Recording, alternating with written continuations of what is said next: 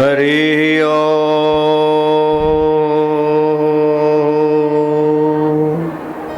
हरि ओम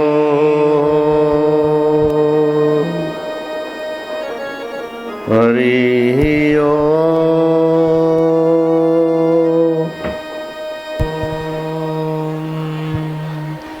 ओम दुर्जनो सज्जनो भूयात्। सब मिलकर बोलो, ओम दुर्जनो सज्जनो भूयात्, सज्जन शांति माप्नुयात्, सज्जन शांति माप्नुयात्, शांतो मुच्चित बंधेभ्यः, शांतो मुच्चित बंधेभ्यो मुक्तश्चान्यं विमोचयेत्। मुक्तस्य अन्य विमोचयेत्।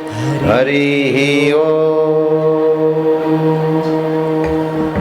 नारायण नारायण नारायण नारायण बोलो, नारायण नारायण नारायण नारायण।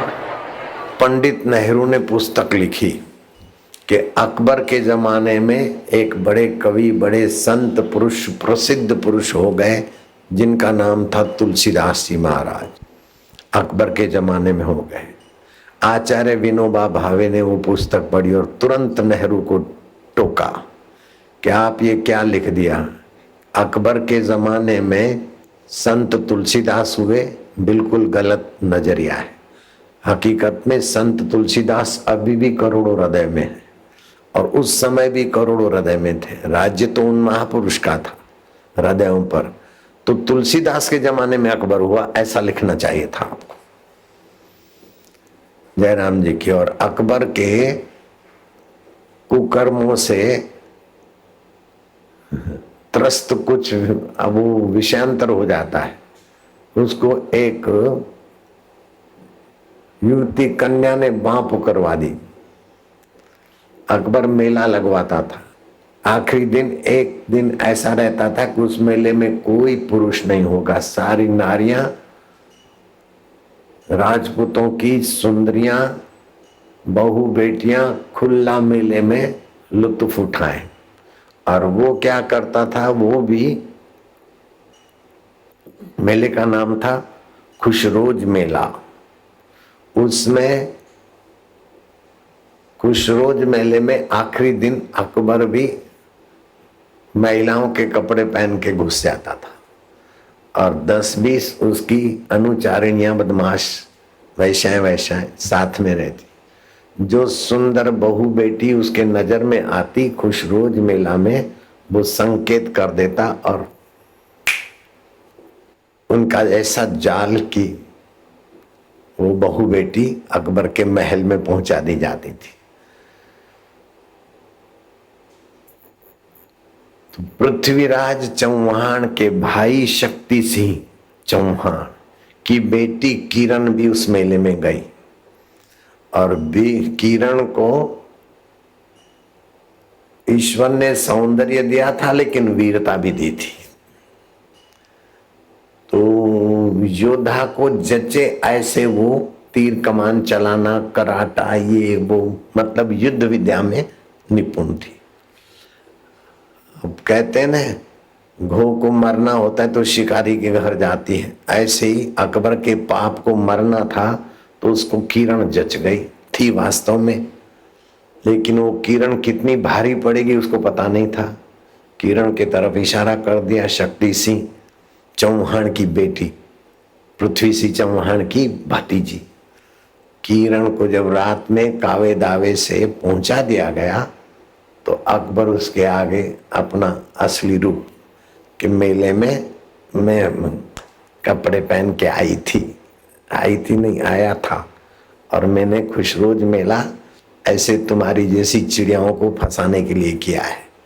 ऐसे करके जो अपनी काम चेष्टा के लिए हाथ लंबा किया तो जैसे हाथी पर शेर झपटता है ऐसे झपट गई उस पर। और कामी आदमी बाहर से मोटा दिखता है, नस नाड़ियों में बल नहीं होता। संयमी आदमी बाहर से पतला भी दिखता है लेकिन मनोबल और नाड़ी बल होता है।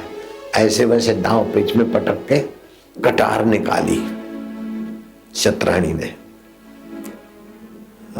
ऐसे दाव से दबोचा कि बस कंठ पर कटा रखी, बोल आर पार कर दूं। दुष्ट कहीं के, क्या खुशरोज मेला, बहू बेटियों का सौंदर्य पान करते करते फिर उनको फंसाने के लिए तूने रखा है। बोल क्या चाहिए? मृत्यु चाहिए कि जीवन दान?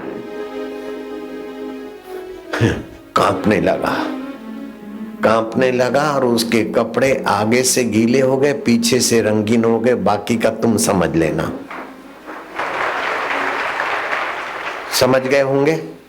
आगे से कपड़े गीले हो गए और पीछे से कपड़े रंगीन हो गए नीचे के। आप समझ गए? डबल सिंगल हो गया। और पसीने से तरबतर महल में वो अकेला कामलीला में, और किसी का तो प्रवेश नहीं था। एक शेरनी और एक कबूतर। बताओ कबूतर क्या करेगा शेरनी के आगे? कांपा। बोल ये खुशरोज मेला लगाएगा? नहीं, अल्लाह की कसम खुशरोज मेला अब नहीं लगेगा। हे धरती की देवी शेरनी, तू कौन है? मैं शक्ति सिंह की बेटी है, पृथ्वी सिंह चौहान की भतीजी। मेरा नाम किरण है। कई किरणों का यौवन शोषण किया होगा। आज तेरी जिंदगी का अंत करती हूं। बोले मुझे गुस्ताखी माफ करो, मुझे प्राण दान दो, दोबारा ये मेला नहीं लगेगा और बहू बेटियों को इस तरीके से जंगल में नहीं फंसाऊंगा। वचन दे, खुदा की साक्षी में वचन दिया। जैसे शेर कूद के निकल जाता है ऐसे किरण निकल गई। ऐसे अकबर के जमाने में तुलसीदास हुए। ये लिखना पंडित जी का विनोबा भावे को नहीं जचा और उस संत ने पंडित जी को चिट्ठी लिखी और विनोबा भावे संत ने कि अकबर के जमाने में तुलसीदास नहीं हुए, तुलसीदास के जमाने में अकबर हुआ और कई राजे आएंगे चले जाएंगे, जमाना तो सच्चे संतों का ही रहेगा। आपका क्या ख्याल है? इतिहास साक्षी है। शबरी मतंग ऋषि के चरणों में गई। उस समय कोई राजा राज करता होगा, बिल्कुल वो भूमि किसी राजा के शासन में होगी। मुझे उस राजा का नाम पता नहीं। शबरी जिस समय गुरु के द्वार पर गई और मतंग ऋषि और शबरी का जहां सत्संग और मिलन हुआ, शबरी के वहां रामचंद्र जी गए, उस समय भी उस इलाके का कोई राजा रहा होगा। उन राजे महाराजाओं का नाम इतिहास में ढूंढो तो मुझे तो नहीं मिला, लेकिन शबरी का नाम अभी भी आपके दिलों में दिमागों में है। तो मानना पड़ेगा कि उस राजाओं का समय थोड़ा सा दबाव और दबदबे के कारण होता है, लेकिन राजाधिराज परमात्मा के भक्तों का समय अकाल होता है। नानक के जमाने में कितने कई राजा हो गए, उनको हम नहीं पहचानते, लेकिन नानक को जानते, मानते, पहचानते हैं।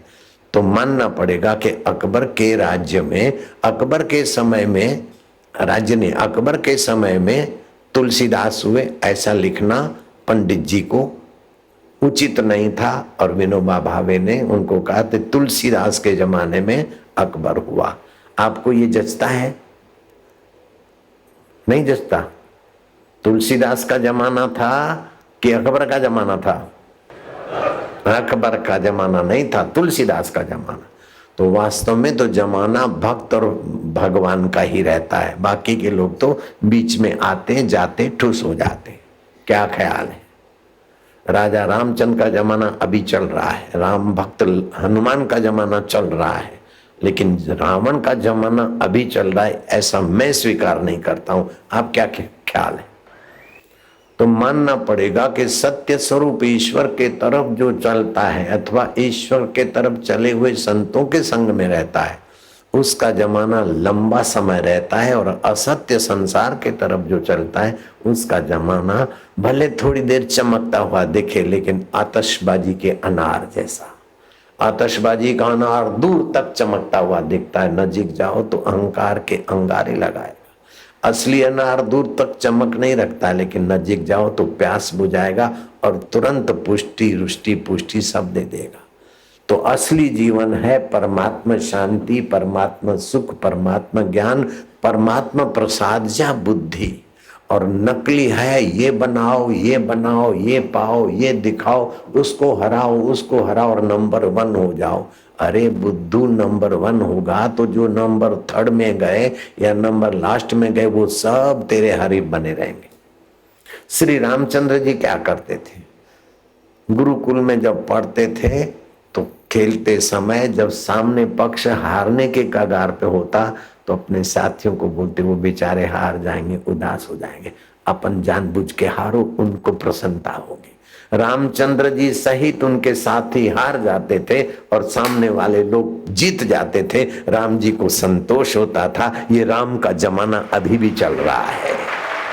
दूसरे को दबाकर, हराकर, शोषित करके बड़ा बनने वालों हिटलरों का जमाना नहीं टिकता।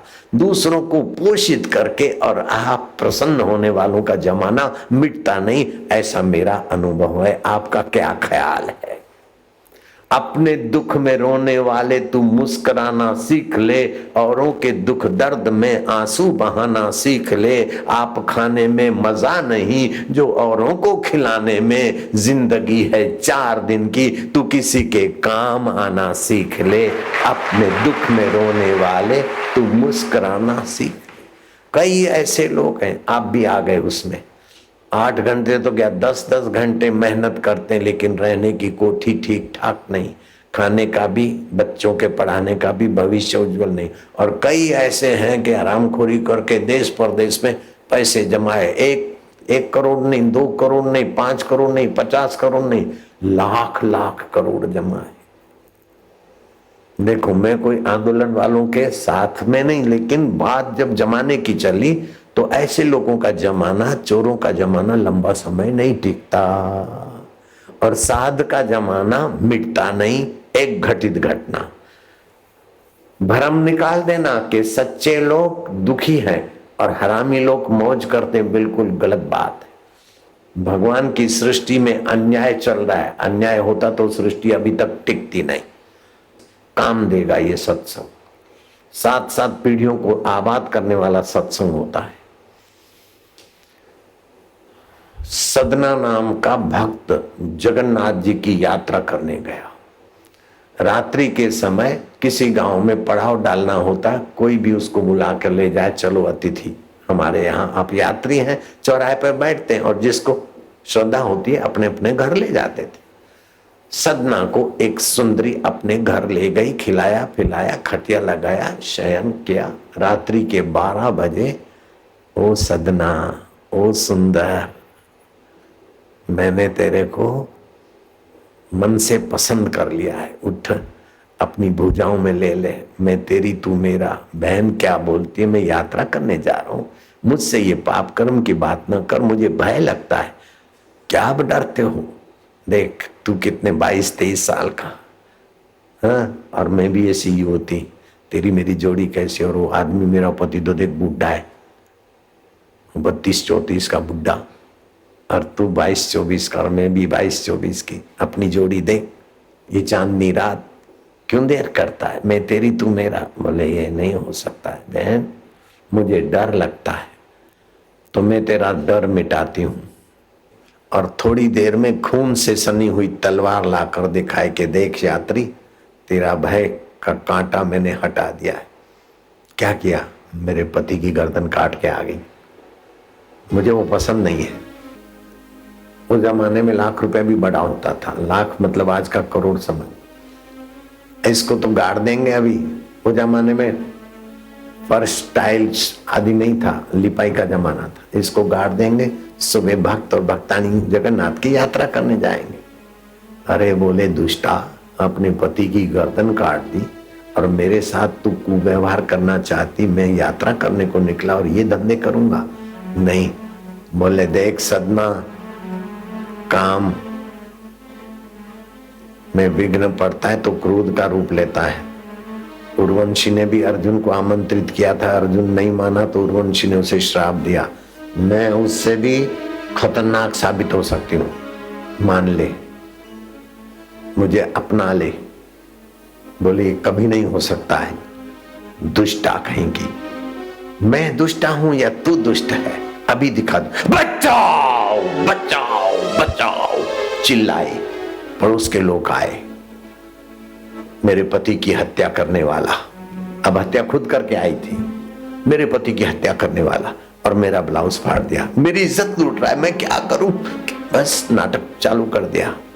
राजा के यहां जजमेंट मिला सुबह को कि जो भगवान के नाम निकलते और किसी के यहां अतिथि होते हैं और उनकी हत्या करे और फिर उसकी पत्नी की इज्जत लूटे, ऐसे पापी गुनाहगार को हम जेल में रखेंगे तो हमारी भूमि अपवित्र होगी। बड़ा धर्मात्मा बनता है। आप समझ रहे हैं ना बात को? इसे इसके दोनों हाथ काट के जगन्नाथ जी के रास्ते पर धकेल दो। हमारे राज्य की सीमा से बाहर करके आएंगे हमारे पुलिस के अधिकारी, एसपी, एसएसपी और डीआईजी की ड्यूटी। सर सर करके विधि हो गई। अब चलते चलते 1 दिन 2 दिन 4 दिन जगन्नाथ जी की यात्रा करते करते वो भाई थक गए, कांटे पैर में चुभ गए, दोनों हाथ कटे हैं। जो कुछ बांधना बुनना था करवाया रास्ते में, लेकिन पीड़ा सताई। शाम का समय था, आज रात यहीं पड़ा रहूंगा। प्रभु अब 1 दिन का रास्ता है, मैं चल नहीं पाऊंगा, लेकिन जगन्नाथ आपके दर्शन बिना नहीं जाऊंगा। कौन बोल रहा है? सदना बोल रहा है। अब अपना भक्त बिना दर्शन के जाए, कुछ भी हो जाए, मैं मरूंगा लेकिन वापस तो नहीं जाऊंगा। तू चाहे तो मुझे डोली भेज सकता है, हे मेरे जगन्नाथ, मुझे तेरा दर्शन करना है। ऐसे करते करते, प्रार्थना करते करते चुप हो गया। सच्चे हृदय की प्रार्थना करते करते आप चुप हो जाओगे तो अजगैबी मदद मिलती है। अजगैबी, सारी दुनिया रूठी हुई हो और दुनिया के बड़े बड़े तवंग रूठे हुए, और आप प्रार्थना करते करते शांत हो जाओ 9 बार, ऐसी सहायता मिलती कि तवंगर देखते रह जाए। बिल्कुल पक्की बात है, उसके कई प्रमाण हैं। ऐसे चमत्कार घटते हैं कि मैं आपको सुनाऊं तो आप दांतों तले उंगली डाल देंगे। राजनेता भी कर सकते, साधु बाबा नहीं, राजनेता भी चमत्कार कर सकते। राजगोपालाचारी 1956 में अकाल पड़ा था, देहातों के टैंकर ला के देहातों के ट्यूबवेल फेल हो गए, रेड स्टोन लेक फेल हो गया। फिर प्रार्थना करते तो ऐसी बरसात के रातों रात ओवरफॉल रेड स्टोन लेक, और मद्रास की सड़कों पे नावें चलानी पड़ी। राजगोपालाचारी सीएम था, 1956 की घटना है, जाकर सरकारी रिकॉर्ड देखो।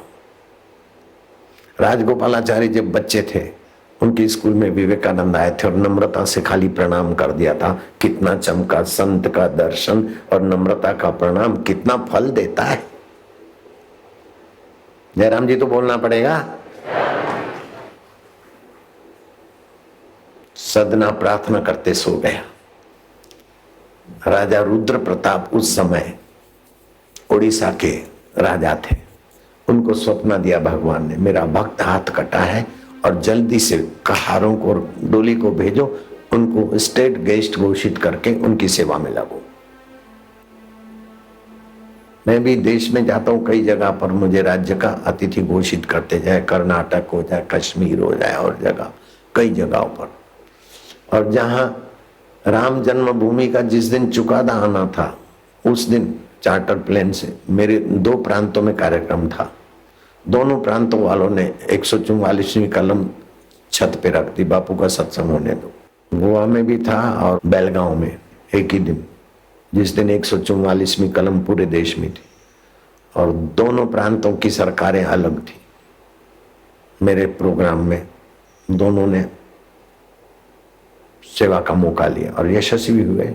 उनकी सरकार जाते जाते बची और इस सरकार का भी यश बना रहा। जो ईश्वर के रास्ते चलते हैं, उनमें जो भी मदद करते हैं, उनका पुण्य बढ़ता है और उनका यश टिकता है, बिल्कुल पक्की बात है। तो बात चली थी, पंडित नेहरू ने भारत की खोज नाम का पुस्तक लिखा और उसमें पुस्तक में लिखा कि अकबर के जमाने में संत तुलसीदास हो गए। तो विनोबा भावे ने उनको चिट्ठी लिखी कि अकबर के जमाने में तुलसीदास नहीं हुए, अपितु ये राजे महाराजे आते जाते रहते, इनका जमाना नहीं टिकता। भगवान और भगवान के प्यारे संतों का जमाना ही टिकता है। आपको पुस्तक में सुधार करना चाहिए। अकबर के जमाने में तुलसीदास नहीं हुए, तुलसीदास के जमाने में अकबर हुआ। जयराम जी की शबरी के जमाने में फलाना राजा हुआ, ये हो सकता है, लेकिन फलाना राजा के जमाने में शबरी हुई तो बताओ, मैं आपको इनाम दूंगा। कौन से राजा के राज्य में शबरी हुई? आप नहीं बता सकते। जहां शबरी थी वहां भी किसी राजा का तो राज्य होगा। कौन से राजा के जमाने में शबरी हुई? नहीं है। डोली आ गई और जगन्नाथ जी का दर्शन, वीवीआईपी बन गए, स्टेट गेस्ट। जब अंदर दर्शन करने गए, पुजारी के सिवाय कोई अलाउ नहीं, यहां तक की व्यवस्था कर दी मेरी प्रार्थना से। तो जब मेरे हाथ कट रहे थे और उल्टा ने अपने पति की हत्या करके मुझे हत्यारा साबित किया, दंड मिल रहा था, तब तुम कहां गए थे मेरे जगन्नाथ? तुम्हारी सृष्टि में इतना अन्याय कैसे? ऐसे करते करते आंखें भर गई, भाव विभोर हो गए। ध्यान से सुनना। फिर क्या हुआ? अगले जन्म की रील चल पड़ी। सदना क्या देखता है, एक दुबली पतली गाय है, ऐसे वैसे घूमने वाली। कसाई की उस पर बुरी नजर पड़ी। गाय के हृदय में पता चला कि मेरे को मारेगा। गाय जान छुड़ा के भागी। मैं तपस्वी था। उस कसाई ने आवाज मारा, जरा पकड़ना, तपस्वी गाय को रोकना। मैंने दोनों हाथ से गाय के गले में जंजीर बना दी अपनी। वही गाय वहां सुंदरी बनी हुई थी और गाय को हलाल करने वाला कसाई उसका पति बना था। और मैं सदना हाथ से पकड़ के गाय की हत्या में निमित्त बना। मेरे हाथ कटे, उसका गला काट, गाय का गला काटने वाले का उसी गाय ने स्त्री के रूप में गला काटा। ये सारा रील जब देखा तो अहोभाव से भर गया सदना के प्रभु, आपकी सृष्टि में अन्याय है अथवा देर है? नहीं नहीं, हमारी समझ में अन्याय है, देर है। मेरे जगन्नाथ जगन्नाथ जगन्नाथ क्षमा करना। मैं आप पर आरोप कर रहा था, लेकिन हमारी बुद्धि मारी हुई थी, सत्संग का अभाव था। जगन्नाथ जगन्नाथ, तो कटे हुए हाथ, जगन्नाथ जगन्नाथ जगन्नाथ जगन्नाथ जगन्नाथ, दोनों पंजे उभर के आ गए। आज भी वो घटना, हजारों लोग उसके साक्षी रहे होंगे उस समय। तो जो आदमी सत्संग सुनता है, सुनाता है, सुनने सुनाने में भागीदार होता है, उसकी भाग्य की बाजी, बिगड़ी बाजी सुधरती है। राजे महाराजे राजपाट छोड़कर जो चीज पाने को जाते थे, वो चीज आपको बैठे बैठे यहाँ घर बैठे मिल रही है। उज्जैन का सम्राट राजा भरतरी देखा कि सोने के बर्तन में खा लिया। 365 बबरची थे। हर रोज साल में एक बार एक बबरची रसोई के ग्रुप को मौका मिलता था सम्राट के लिए व्यंजन बनाने का। ऐसा भरतरी राजपाट छोड़कर गोरखनाथ के चरणों में गए। गोरखनाथ के चरणों में गए तो जैसे और साधु भभूत रमाए, लंगोट पहने, ऐसा ही जीवन जीना पड़ा।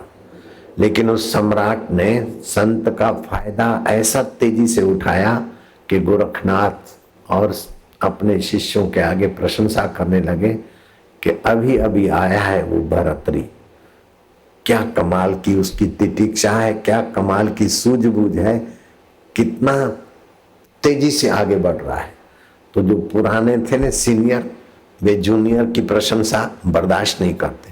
गुरुजी वो तो राज छोड़ के आए, इसलिए आप सराहना कर सकते हो, वरना तितिक्षा में क्या है उनके पास। बोले क्रोध के समय क्रोधी नहीं होता, और आकर्षण और यश के समय यश का पुतला नहीं बनता। सामान्य आदमी वाहवाही में फूल जाता है और दुख में सुकड़ जाता है। ये तुच्छ व्यक्ति की पहचान है। बड़े आदमी की पहचान है कि वाहवाही में सम रहे और निंदा में भी सम रहे। ये बड़ा आदमी है। बोले गुरुजी परीक्षा हो तब पता चले। बोले करते हैं परीक्षा।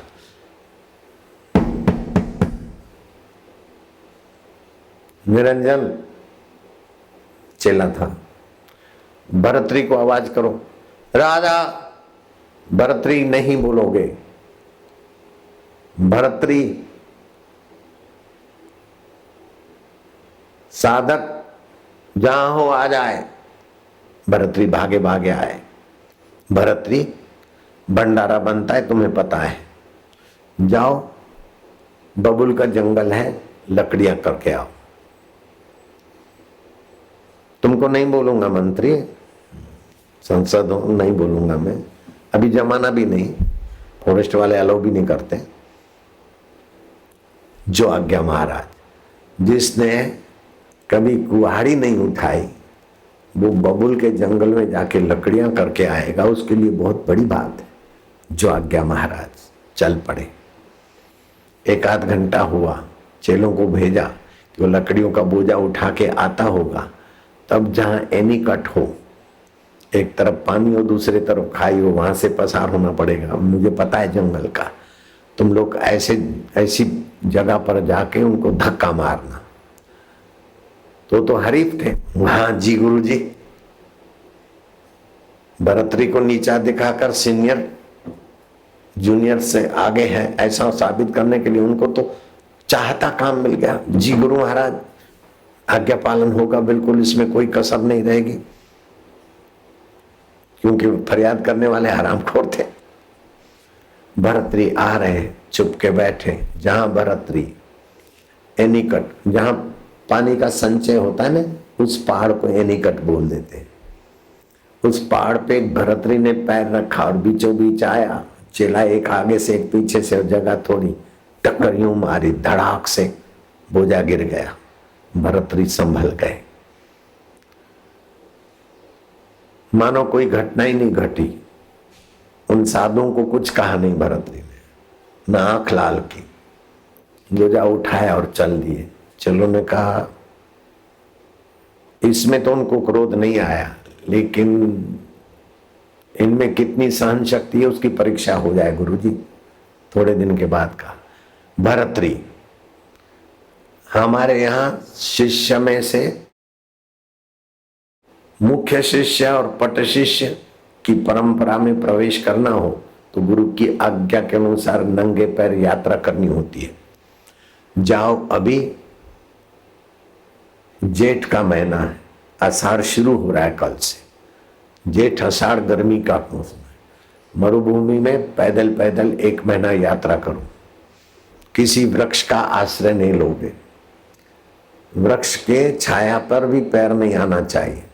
अगर 1 महीने की इस यात्रा में तुम सफल होते हो तो तुम्हें शिष्य का दर्जा मिल सकता है, नहीं तो फिर जाओ तुम अपने राज वैभव में भोगी बनकर नरकों में जाओ, तुम्हारी मर्जी। फकीर बनकर ईश्वर को पाओ, तुम्हारी मर्जी। नहीं महाराज जी, मेरे में कचाई है कि आपको इतना बोलना पड़ता है। आपकी आज्ञा के अनुसार अब मैं यात्रा को निकलता हूं। एक कंतान का कंठा दे दिया। जाओ, यात्रा करने गए। कौन? संसद में, यहां उज्जैन का सम्राट गोरखनाथ अलग अलग रास्तों से अपने चेलों को दिखा रहे हैं कि देखो, ऊपर घाम, नीचे बालू, फफूंदे फोल्ले होते हैं, टूट जाते हैं, और ये जहां भूख लगती भिक्षा मांगते, किसी छायादार वृक्ष की तरफ नहीं जाते। अब मैं योग शक्ति से एकाएक इसके आगे वृक्ष खड़ा करता हूं, फिर देखो कैसा आज्ञा का पालन होता है। गोरखनाथ ने अपनी धारणा शक्ति का उपयोग किया, और कौन सी धारणा से क्या सिद्धियां आती है मैं तुमको बताऊं तो तुम दंग रह जाओगे। मैंने वो यात्रा की हुई है थोड़ी बहुत। तुमको लगेगा कि हम नाहक यहां संसार में पच रहे हैं, जब इतने खजाने अपने अंतरात्मा में है। अलग अलग स्विच ऑन करने से इतना होता है, अभी मैं बता सकता हूं इस कथा के बाद, तो आप दंग रह जाओगे। आप में बहुत कुछ छुपा है। धारणा शक्ति का उपयोग किया और वहां वृक्ष खड़ा हो गया।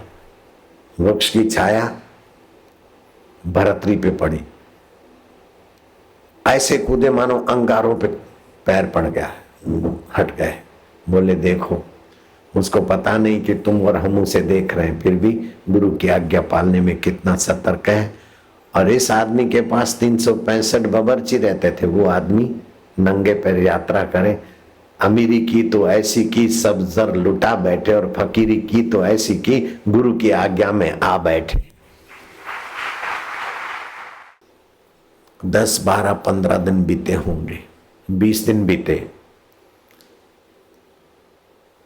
सारे शिष्यों का अरमान उतर गया।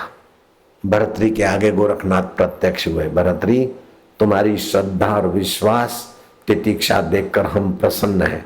बोलो तो अष्ट सिद्धि दे दे, 9 निधियां दे दे, क्या चाहिए? बोले नहीं गुरु महाराज, आपकी प्रसन्नता। उन चेलों को भरतरी की महानता बताने के लिए गोरखनाथ ने थोड़ा कड़क शब्द में कहा, ये क्या है? गुरु प्रसन्न हो, शिष्य को कुछ देना चाहते हो और कुछ नहीं चाहिए, मतलब अभी भी अपनी शिखी बघार रहे हो? नहीं गुरु महाराज, तो कुछ मांग लो। वो फटा हुआ कंतान था, सुई और धागा दिया। गुरुजी मांगता हूं तो ये कंतान थोड़ा सी दो बस, और कुछ नहीं चाहिए। मांग लिया ना, ये कंतान आप जरा मेरा फट गया तो सी दो। कंतान तो क्या सिए महाराज, जीव ईश्वर की एकता करा के भगवान का साक्षात्कार करा दिया। ऐसे गोरखनाथ। अमीरी की तो ऐसी की सब जर लुटा बैठे, और फकीरी की तो ऐसी की गुरु के दर पे आ बैठे। ऐसे ऐसे यहाँ राजा भरतरी हो गए, गोरखनाथ हो गए, और ऐसे महापुरुष हो गए। अपने बच्चों को ऐसी कहानियां सुनाओ। ऐसा नहीं कि वो चलचित्र सुना, वो लवर ले भागा, लवर ले भागा, पुलिस पीछे पड़ी, ये हुआ वो हुआ। ये ऐसी फिल्मों से तो बिल्कुल विदेशी मंकी ब्रांड बच्चे बनते। भारत के संतों की और महापुरुषों के, भारत के इतिहास की गाथाएं बच्चे बच्चों में भरो, ताकि भारत को विश्व गुरु बनाने का काम मैंने तो वर्षों पहले कहा था। और 2011 में भारत करवट लेगा, तो देखो करवट ले रहा है। ले रहा है कि नहीं ले रहा? 8-10 साल पहले मैंने कहा था भारत विश्व गुरु बनेगा। अब विश्व गुरु के रास्ते पे करवट ले रहा है।